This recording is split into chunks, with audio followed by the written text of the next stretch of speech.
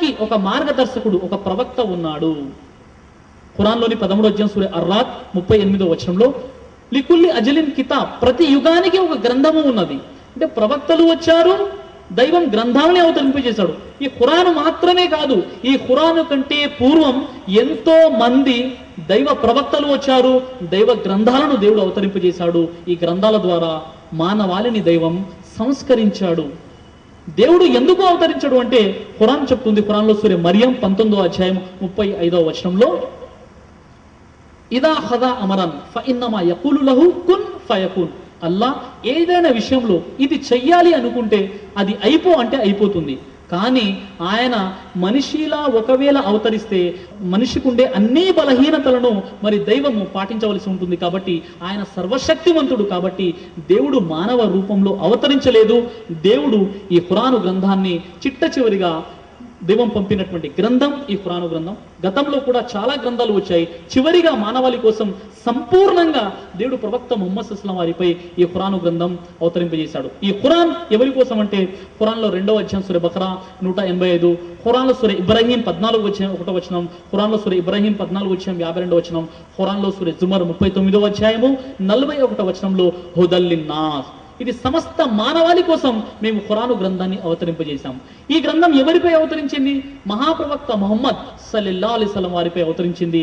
ఆయన గురించి ఖురాన్ సూర అల్ అంబియా 21వ అధ్యాయము 107వ వచనంలో వమా అర్సల్నాక ఇల్లా రహ్మతుల్ లిల్ ఆలమీన్, ఓ ప్రవక్త ముహమ్మద్ సల్లల్లాహు అలైహి వసల్లం, మేము నిన్ను సర్వ మానవుల కోసం కారుణ్యంగా చేసి పంపాము. కాబట్టి మహాశివులారా, ప్రతి యుగానికి ఒక గ్రంథం ఉంది. చిట్ట చివరిగా ఈ యుగానికి, కలియుగానికి, రాబోయే ప్రళయం వరకు కూడా మానవాళికి ఇచ్చినటువంటి చివరి నిబంధన ఈ అంతిమ దైవ గ్రంథం ఖురాన్. ఈ ఖురాన్ ప్రవక్త ముహమ్మద్ సల్లల్లాహు అలైహి వసల్లం వారిపై అవతరించింది. ప్రవక్త ముహమ్మద్ వారు అంతిమ దేవ ప్రవక్త. అందుకే ఆయన గురించి భవిష్య పురాణం ప్రతిసర్గ పర్వం 3 కాండం 3 అధ్యాయం 3 శ్లోకము 5 నుండి 8లో తెలియజేయడం జరిగింది. ఏతస్మిన్నంతరేం లేచా ఆచార్వేణ సమన్విత ముహమ్మదం మితి ఖ్యాత శిష్య శాఖ సమన్విత రూపచ్చైత మహాదేవం మరుస్థల నివాసినం. ఒక మ్లేచుడు, నిరక్షరాస్యుడైన ఒక బోధకుడు తన శిష్యులతో పాటు వస్తాడు. ఆయన పేరు మొహమ్మద్. ఆయన ఏడారి ప్రాంతానికి చెందినవాడై ఉంటాడు అని ఈ మొహమ్మద్ వారి ప్రస్తావన హైందవ గ్రంథాల్లో కూడా ఉంది. ఇంకా సామవేదం ప్రతిసర్గ పర్వం 7-8 మంత్రాలలో అహమది పితుహు పరిమేధా మృతస్య జాగ్రణి అహం సూర్యో ఇవాజన. అహమద్ అనే అతను తన ప్రభువు నుండి ధర్మశాస్త్రం ఖురాన్ని పొందాడు. ఆ ధర్మశాస్త్రం ఎంతో పరిపూరితమైనది. అతడు సూర్యుడి కాంతి లాంటి వెలుగుని పొందాడు అని హైందవ గ్రంథాలు చెబుతున్నాయి. అయితే మహాశివులారా, మరి ఈ అవతారవాదం గురించి ఏదైతే మన హైందవ సోదరులు దేవుడే మానవుడుగా అవతరించాడు అనేటటువంటి భావన గురించి మనము హైందవ గ్రంథాలలో పరిశీలించినట్లయితే విష్ణు పురాణం మరియు వాయు పురాణం 70వ అధ్యాయంలో తెలియజేయడం జరిగింది. ఆ ప్రజాపతి ఆ విభిన్న జాతులకు చెందిన మానవులలో తేజోవంతులను, గుణవంతులను ఎన్నుకొని వారిచే జాతిని చక్కగా నియంత్రించెను, చక్కగా ఉద్ధరించెను అని అక్కడ మనకు కనబడుతుంది. అంటే ఇక్కడ ప్రవక్తలు అనేటటువంటి కాన్సెప్ట్ ఏదైతే ఉందో ఇది క్రైస్తవులకు మరియు ముస్లింలకు తెలుసు, దేవుడు ప్రవక్తల్ని పంపించాడని. ఇక్కడ ప్రవక్తలు అంటే మన హైందవ సోదరులకు సరైన పరిజ్ఞానం లేదు. ఇక్కడ వేదాలలో ఋషులు అని వాడడం జరిగింది. ఋషి అంటే శ్రవణము కలిగిన వాడు, వినేవాడు. దైవము మానవాళికి సత్య సందేశం అందజేసే నిమిత్తము దేవుడు ప్రవక్తల్ని పంపించాడు. ఆ ప్రవక్తల్ని సంస్కృత పరిభాషలో ఋషి అంటారు. ఋషి అంటే శ్రవణము కలిగిన వాడు. అయితే మహాశివులారా, ఈ వాయు పురాణం 70వ అధ్యాయంలో, విష్ణు పురాణంలో 3వ మండలం 1వ సూక్తం 46వ మంత్రంలో దైవము మానవాళిని సంస్కరించే నిమిత్తం ప్రవక్తలను పంపించాడు అనే కాన్సెప్ట్ ఇక్కడ మనకు కనబడుతుంది. దేవుడే మానవుడుగా అవతరించాడు అనే కాన్సెప్ట్ మన హైందవ సోదరుల్లో ఈ భావన ఎందుకు సర్వసామాన్యం అయిపోయింది అంటే ఈ భగవద్గీతలోని గుణత్రయ విభాగ యోగము 4వ అధ్యాయము 7-8 శ్లోకాలలో ఇక్కడ ఒక చిన్న అపోహ జరిగిపోయింది. అదేమిటంటే భగవద్గీత 4వ అధ్యాయము 7వ శ్లోకంలో యథా యథా హి ధర్మస్య గ్లానిర్భవతి భారత అభ్యుత్థానమధర్మస్య తదాత్మానం సృజామ్యహం పరిత్రాణాయ సాధునాం వినాశాయ చతుష్కృతాం ధర్మ సంస్థాపనార్థాయ సంభవామి యుగే యుగే. యథా యథా హి ధర్మస్య, ఎప్పుడెప్పుడైతే ధర్మము క్షీణించి అధర్మము వెలువడునో అప్పుడప్పుడు నన్ను నేను సృష్టించుకొనుచుందును. పరిత్రాణాయ సాధునం, సాధు సజ్జనులను సంరక్షించుట కొరకు, దుర్మార్గులను వినాశమునర్చుట కొరకు ప్రతి యుగములో నేను అవతరిస్తాను అనేటటువంటి ఒక అర్థము ఇక్కడ మనకు కనబడుతుంది. వాస్తవానికి ఈ శ్లోకాలను మనం పరిశీలించి చూసినట్లయితే భగవద్గీత 4వ అధ్యాయము 7 మరియు 8 శ్లోకాలలో ఆత్మానం అనే పదం వ్రాయబడి ఉంది. ఆత్మానం అంటే నా యొక్క ఆత్మ ఎప్పుడెప్పుడైతే ధర్మము క్షీణించి అధర్మం వెలువడుతుందో అప్పుడప్పుడు నా యొక్క ఆత్మను అవతరింపజేస్తాను అని ఇందులో అర్థం రాయాలి. కానీ ఇక్కడ ఆత్మ అనే ప్రదేశంలో పండితులు ఇచ్చినటువంటి అర్థం ఎలా ఉందంటే, ఆత్మ అనే చోట నన్ను అని రాశారు. సంస్కృత పదం ఆత్మ అనేటటువంటి పదానికి నన్ను అని రాయడం ఎలాంటి పొంతన లేదు. కాబట్టి ఇక్కడ ఎప్పుడెప్పుడైతే ధర్మము క్షీణించి అధర్మం వెలువడుతుందో అప్పుడు దేవుడు తన యొక్క ఆత్మను అవతరింపజేస్తాడు అనే అర్థము రాయాలి. కానీ అక్కడ ఆత్మ అన్న చోట నన్ను అని రాయడం చే ఎప్పుడెప్పుడైతే ధర్మము క్షీణించి అధర్మం వెలువడుతుందో నన్ను అని రాశారు. నన్ను నేను సృష్టించుకొనుచుందును, నేను అవతరిస్తాను అనేది ఇక్కడ అర్థం ట్రాన్స్లేషన్ తేడా జరిగిపోయి ఇక్కడ మానవాళిని సంస్కరించే నిమిత్తము దేవుడు ఒక ఆత్మను అవతరిస్తాడు అనే బదులుగా మానవాళిని సంస్కరించే నిమిత్తము దేవుడే అవతరిస్తాడు అనేలా అర్థం వచ్చేలా ఇక్కడ పండితులు అక్కడ ట్రాన్స్లేషన్ లో తేడా చేశారు. మరి ఆత్మానం అనే పదము భగవద్గీత శాస్త్రం 13వ అధ్యాయం 25వ శ్లోకాన్ని మనం పరిశీలించినప్పుడు అక్కడ ఆత్మానం అన్న దగ్గర తన యొక్క ఆత్మ అని రాశారు. ఆత్మ అనే పదం భగవద్గీత శాస్త్రం 13వ అధ్యాయం 25వ శ్లోకంలో కూడా వాడబడింది. కానీ అక్కడ ఆత్మ అంటే ఆత్మ అని రాశారు, ఇక్కడ ఆత్మ దగ్గర నన్ను అని రాశారు. ఇక్కడ దేవుడు ప్రవక్తల్ని లేదా సందేశాన్ని పంపించే నిమిత్తము ఆత్మను అవతరింపజేస్తాడు అనే చోట దేవుడే అవతరిస్తాడు అనేటటువంటి వ్యాఖ్యానం అక్కడ మనకు కనబడి చాలా మంది అపోహకు గురై దేవుడే అవతరిస్తాడు అనే భావనకు గురైపోయారు.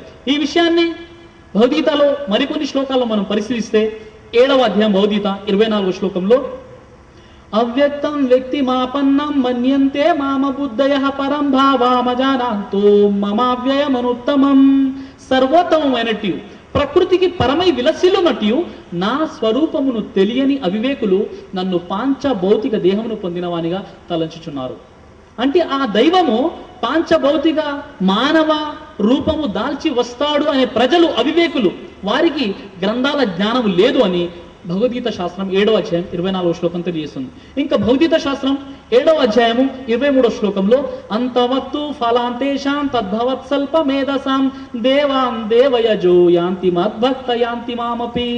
అల్పబుద్ధి కలిగిన వారి యొక్క ఆఫలము నాశవంతమై ఉన్నది. ఎలా అనగా దేవతలను ఆరాధించేవారు దేవతలను పొందుచున్నారు, నా భక్తులు నన్ను పొందుచున్నారు. అంటే ఎవరైతే ఇతర దేవీ దేవతలను ఆరాధిస్తారో, సృష్టికర్తను విడిచిపెట్టి ఇతర దేవీ దేవతలను ఆరాధిస్తారో వారి ఫలము నాశవంతమై ఉన్నది అని ఇక్కడ భగవద్గీత మనకు తెలియజేస్తుంది. ఇంకా భగవద్గీత శాస్త్రం 7వ అధ్యాయం 20వ శ్లోకాన్ని పరిశీలిస్తే కామైస్తైస్తై హృత జ్ఞాన ప్రపద్యంతే అన్య దేవత తం తం నియమమాస్తాయ ప్రకృత్య నియతాస్వయ. కొందరు తమ యొక్క ప్రకృతిచే ప్రేరేపించబడిన వారై విషయాదులందలి కోరికలచే వివేకం కోల్పోయి ఆయా దేవతలను భజించుచున్నారు. ఎవరైతే సృష్టికర్తను కాదని దేవి దేవతలను ఆరాధిస్తారో వారి యొక్క కోరిక ఏమిటంటే ప్రాపంచిక కోరికలు నెరవేరాలి. ఎవరైతే ఈ ప్రపంచపు భోగ భాగ్యాలను అనుభవించాలి అనుకుంటారో వారు సృష్టికర్తను కాదని ఈ దేవీ దేవతలను ఆరాధిస్తున్నారు అని భగవద్గీత శాస్త్రం మనకు తెలియజేస్తుంది.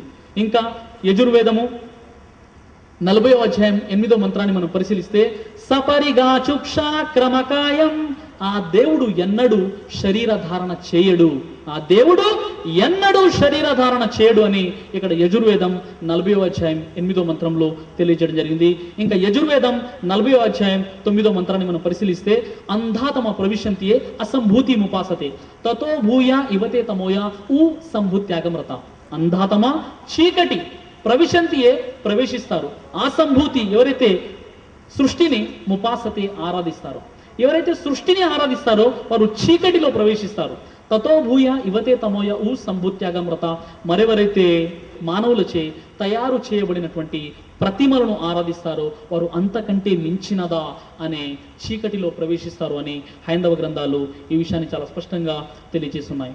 కాబట్టి నేను నా యొక్క ప్రసంగాన్ని ముగించే ముందు నేను నా యొక్క సందేశాన్ని సంక్షిప్తంగా మీకు తెలియజేసి నా ప్రసంగాన్ని నేను ముగిస్తాను. అదేమిటంటే ఈ హిందూ మరియు ముస్లింల ఐక్యత ఎలా సాధ్యం అనే అంశానికి ఇక్కడ మనము ముఖ్యంగా 3 విషయాలను గుర్తించాము. అదేమిటంటే ఈ హిందూ మరియు ముస్లింలు పరస్పరం సహోదరులు, వీరిలో ఒక రక్త సంబంధము ఉంది.